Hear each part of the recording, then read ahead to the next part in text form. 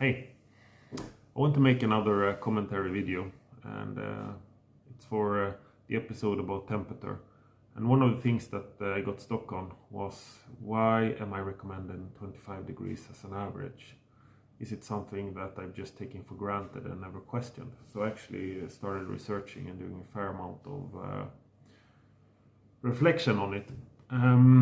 And the reason why is that actually, as you do your research, you will see that the average temperature of the coral reef, it is typically a little bit higher than 25 degrees Celsius, which translates to 77 degrees Fahrenheit. Typically, the natural average temperature of the coral reef is around 28 degrees, 27 to 28 degrees Celsius, and that translates to 81 to 82 degrees Fahrenheit. Now, why should you run at 25 and not 27.5? Or why shouldn't you run at 77 degrees Fahrenheit and not 81 and 82? So, first, the conclusions I made. First, it is that I think we need to start speak clearly about it and start talking openly about dissociating the natural reef to the artificial one we're creating. The coral reef aquarium we're creating is an artificial coral reef.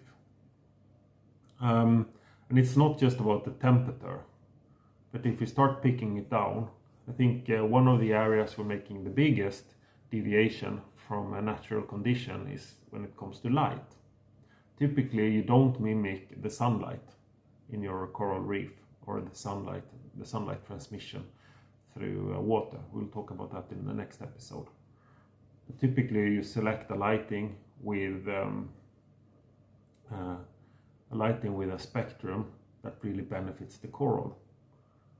So you create an artificial benefit for the coral and a disadvantage for the algae. That's one thing, which is very common. It's actually, I think it's unheard of that anyone is mimicking the sunlight with LED lightings nowadays. Secondly, trace element concentration. It's not uncommon that you boost calcium and you keep it at a slightly elevated level, or you boost alkalinity, and by doing that you boost the growth of coralline algae or the corals. Thirdly, nutrients level. We try to keep the tank as clean as possible with low amounts of phosphates and low amounts of nitrates, and by doing so we're actually helping the corals to grow faster. And fourth, it's also the behavior of pruning corals. We prune typically, it's quite frequent that you prune your corals before they get in contact with each other and start fighting over territory or over space or light. And by doing all of these four, it is possible to create artificial growth of corals, growth rate that you don't see happening in nature, and also coloration, which is nice. So I think the point being here is, we've already dissociated the natural reef to the artificial one we create by the 4 points above. So, getting back to temperature, I think 25 degrees is an average temperature. I think that was quite good in my experience when we were running on metal halides or T5 lighting, because typically they were less efficient than LED, so you could typically, for a coral reef aquarium, you could see a daily increase in temperature of 1 to 2 degrees. So starting at 25, you would actually end at 27 for the day. And in the summertime, if you don't have air conditioning indoors, you get an additional temperature increase of maybe 1 or 2 degrees. And not to mention also that pumps, they also add heat to the aquarium. So all in all, actually, it was quite common if you're running metal halides without air conditioning that you would end your day somewhere around 28 to 29 degrees in the reef aquarium, and then it would reduce overnight. So it made a lot of sense to start the reef in the morning at 25 degrees. But getting back to light, we're no longer using metal halides, and T5 is less and less. Some are still using them for good reasons. But with the LED being high efficient, and also we're seeing a lot more high efficient pumps, which is good. Actually, I start to come to the conclusion that nowadays there could be room to increase the temperature from 25 to 26 degrees in the reef aquarium.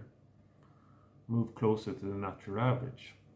Why you want to have a little bit higher temperature, where you could have a little bit higher temperature, it is that the biological reaction and the chemical reaction, they typically happens faster with increasing temperature. So metabolism of the fish and growth of the corals could increase. Now, yeah, that was the conclusions I made. And I think maybe not for the project tank, because I will still recommend 25 degrees until I know what happens at 26. But not for the project tank, but for my other tank. When I get into a slow period with that tank, I will actually bump the temperature from 25 to 26. My other tank, which I have in the reef blog, it's only 8 weeks in now for that tank, so it's still under a lot of development, and I'm still trying to learn exactly what's happening in that ecosystem, so it hasn't reached a slow period yet. But when I have a slow period, when I know I'm not gonna fiddle around with the aquarium and it's running stable, I will actually bump the temperature to 26 to see what's happening with the fish and with the corals. Okay, that said about that. If you happen to have experience about evaluating different temperature levels and the growth rate, and you have a comment to it, please feel free to share it. I'm very curious. I will try it myself and evaluate, but I'd be happy to hear your feedback. I think this is an interesting topic, and caught me a little bit off guard because I took 25 for granted, but now as I thought through, that was maybe old knowledge. Okay, with that said, I wish you a pleasant evening. Thank you for your attention. Feel free to share if you have an opinion, and have a good day. Bye bye.